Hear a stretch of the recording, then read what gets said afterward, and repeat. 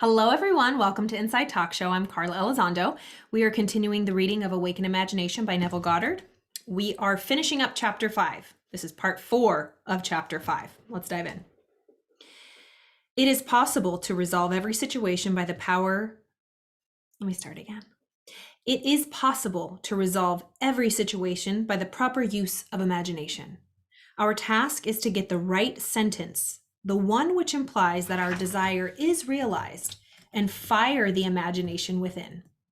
All this is intimately connected with the mystery of the still small voice.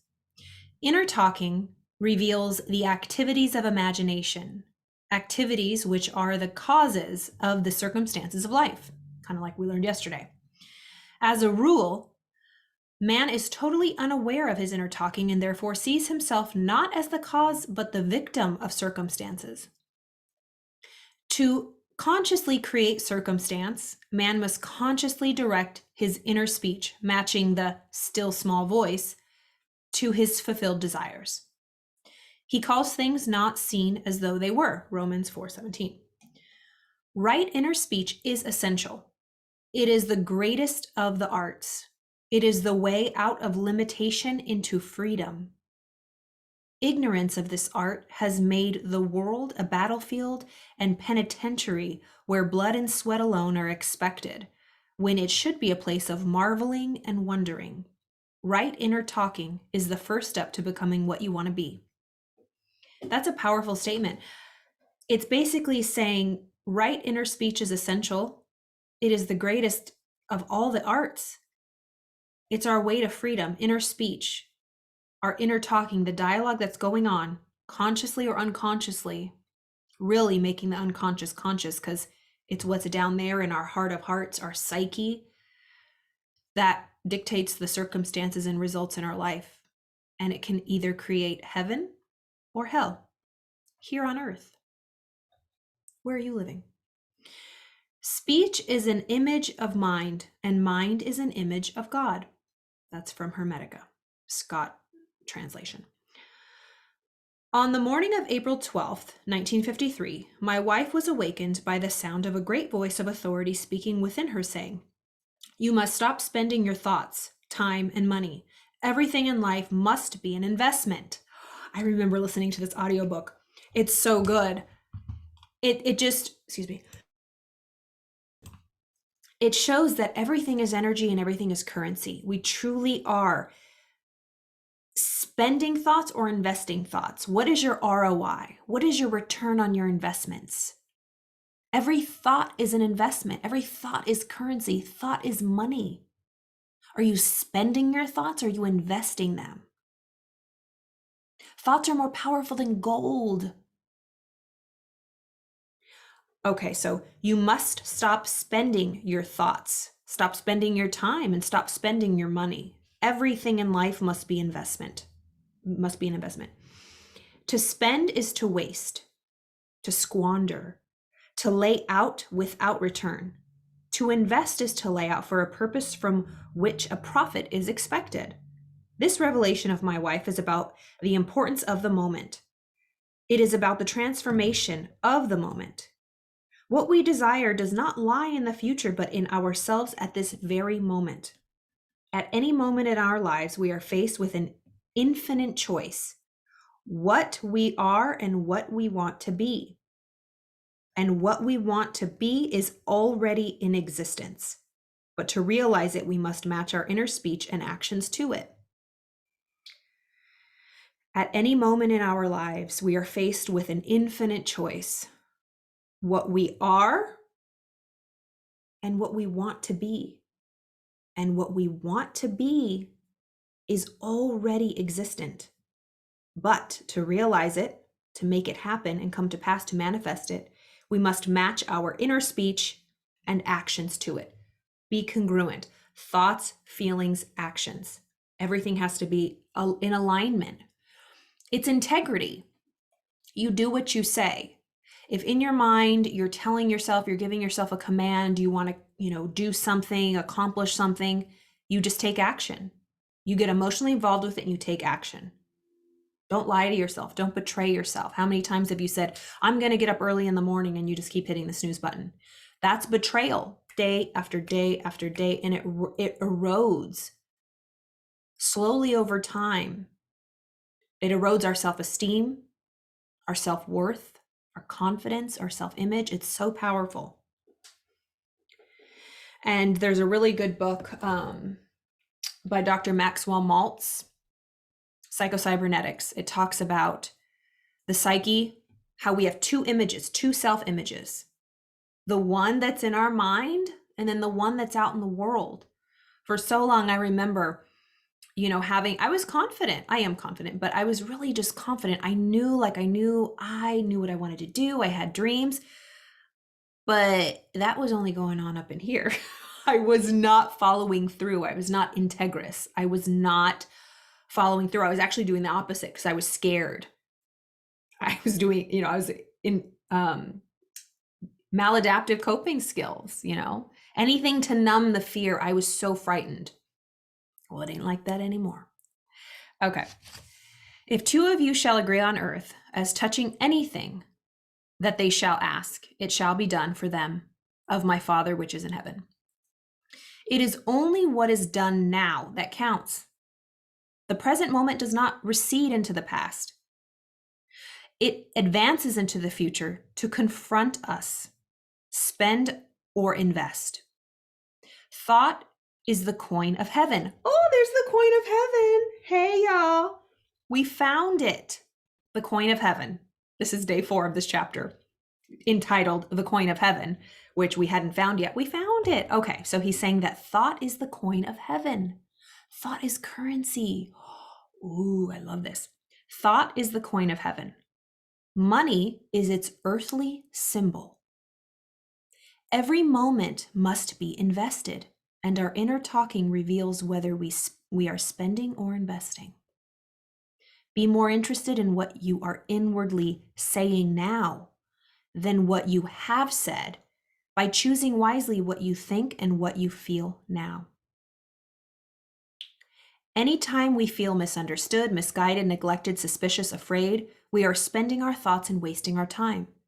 Whenever we assume the feeling of being what we want to be, we are investing. We cannot abandon the moment to negative inner talking and expect to remain in command of life. Before us go the results of all that seemingly is behind. Not gone is the last moment, but oncoming. My word shall not return unto me void, but it shall accomplish that which I please, and it shall prosper in the thing whereto I sent it. The circumstances of life are the muffled utterances of the inner talking and made them. The world made visible. Okay. The circumstances of life are the muffled utterances of the inner talking that made them. The word made visible. The word, said Hermes, is son, and the mind is father of the word.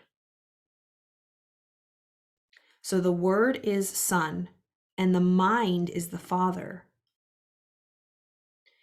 They are not separate from one another, for life is the union of word and mind. He willed us forth from himself by the word of truth. Let us be imitators of God as dear children, and use our inner speech wisely to mold an outer world in harmony with our ideal. The Lord spake my name, and his word was in my tongue. The mouth of God is the mind of man. The mouth of God is the mind of man. Feed God only the best. Whatsoever things are of good report, think on these things. The present moment is always precisely right for an investment to inward speak the right word. The present moment is always precisely right for an investment to inwardly speak the right word. That's what we were talking about yesterday, and we talk about that a lot here. By we, I mean me and you. But we're really learning that, and Neville dives into it, that God is not off planet. We really, and for me, as of today, so don't quote me, I change every single day. We had a really deep, good study session this morning on our book we're studying, Your Invisible Power. Highly recommend it, by Genevieve B. Rand. About the livingness in us. And it can be like metaphorically, we're always moving. We're energy in motion. Whether energy just is. I always say there's our refrigerator in the kitchen is plugged in and it's working. It's being pumped full of electricity and energy. But if we unplug it, it's not going to work. But what are we plugged into? I remember when I first went to the viewing, I think it was my great-grandfather who passed away. But I remember going up to the casket and it was like quiet. Like he was there, he looked great, but it was like the TV was off, right? It's like he was unplugged. His spirit and soul, the energy, his energy was not there anymore, but his body was.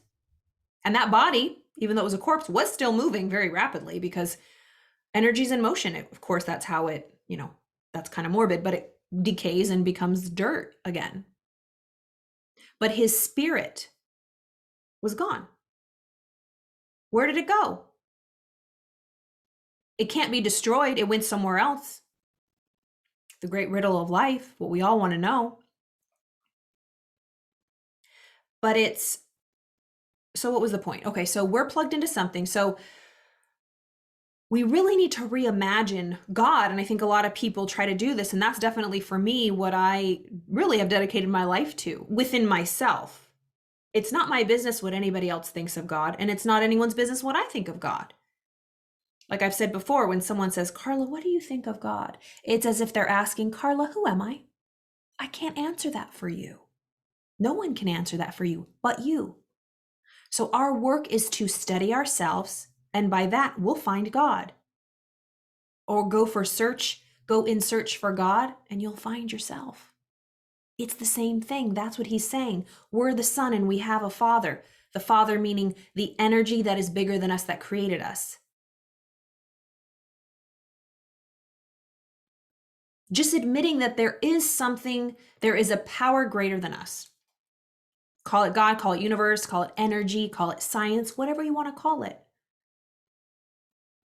But just knowing that there is seen and unseen. It's both. Life is both. You can't just take one side and not the other. And a lot of people do that. They're like, oh, I'm just science, I don't believe in God. Or, oh, I'm God and I don't believe in evolution. It's like, it's both. Think of a Tylenol tab. One side's yellow, one side's red. When you have a headache, you don't just break off the yellow because you don't like the color and take the red. You've got to take the whole pill. And it's nuanced, and it forces us to go inside. It forces us to go inside and to think. Not a lot of people think. It's not comfortable to think because you grow and you expand. What's that quote? 95% of people think they think. 5%, no, 2% of people actually think. 3% think they think. 95% of people would rather die than think. And that's why people just go on social media, click on the news, listen to the neighbors, and form their whole opinions and their whole theory on what other people say, on other people's homework. It's like just copying someone's homework. And so when people say, Carla, what's God? How do you consider? It's like, I've done my homework for over 35 years. Go do your own. Like, don't steal my work. Don't cheat. It was blood, sweat, and tears doing that. And I'm still working on it. It's a dissertation that's forever. Till the day I die, I'm writing it. I have not come to a conclusion what God is. It's always evolving. And I think we have this pressure to figure it out, either scientifically or theologically, and then defend it. No, it's ever evolving because we're always evolving. We're growing all the time, as is God, which is one and the same. We are God, but okay, don't get crazy. The Father and I are one, but the Father is greater than I. There's a really, I'm just going to play it here. There was a really good, okay, I love Morgan Freeman. I love him so much. I love him even more. I love him even more after this. I saw this.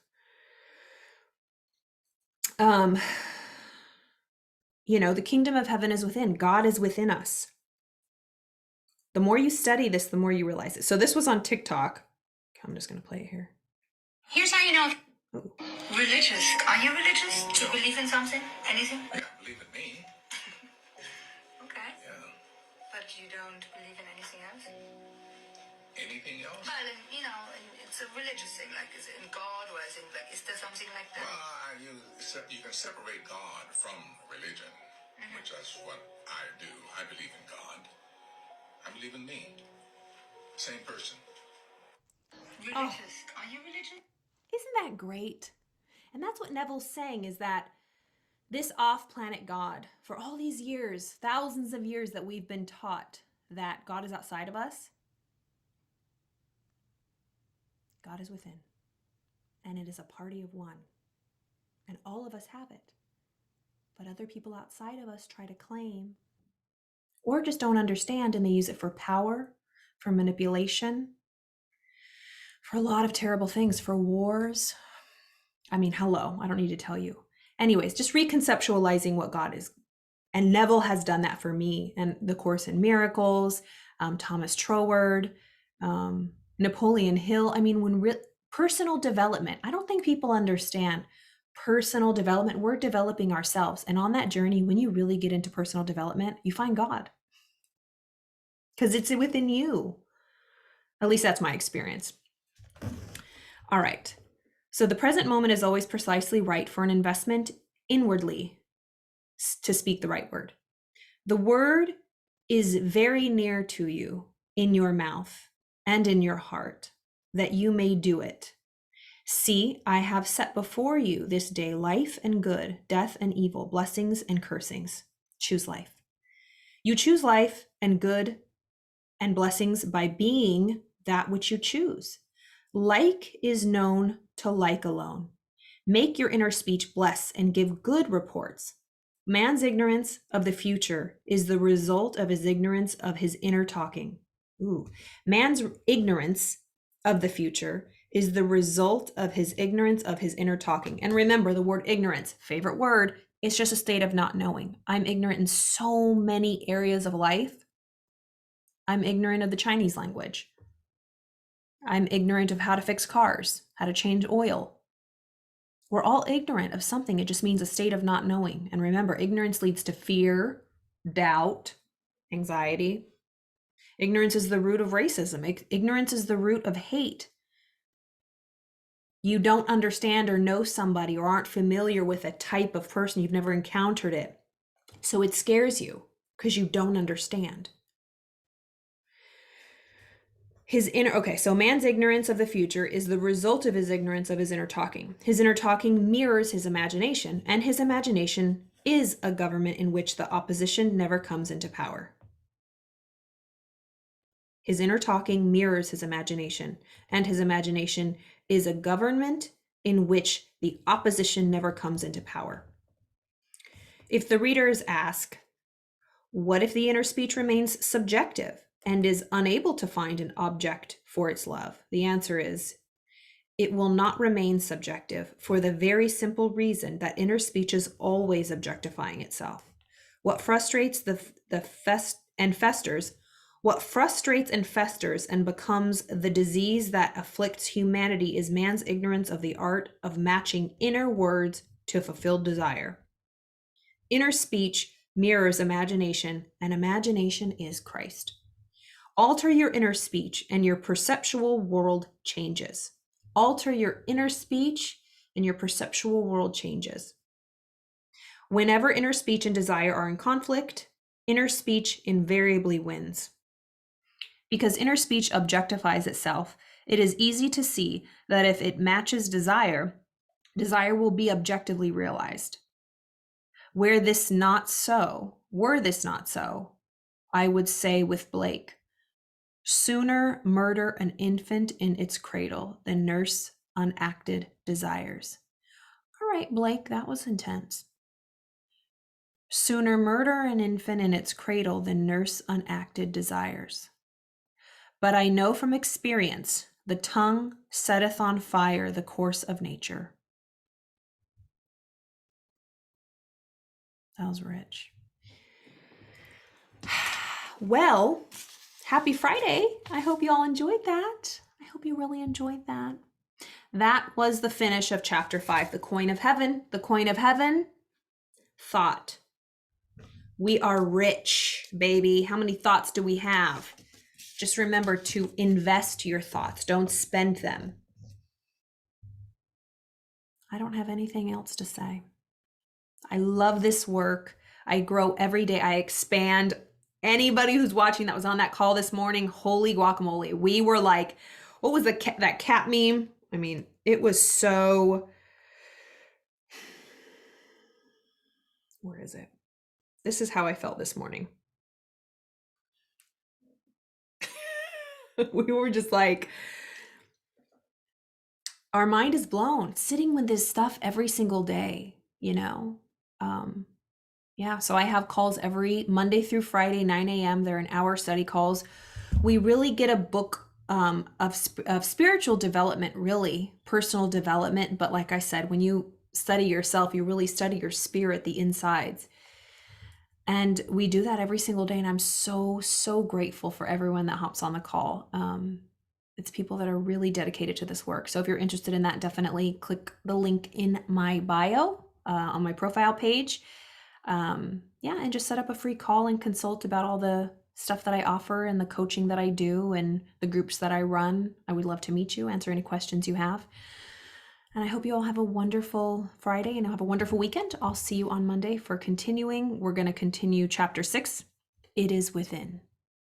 Have a great weekend.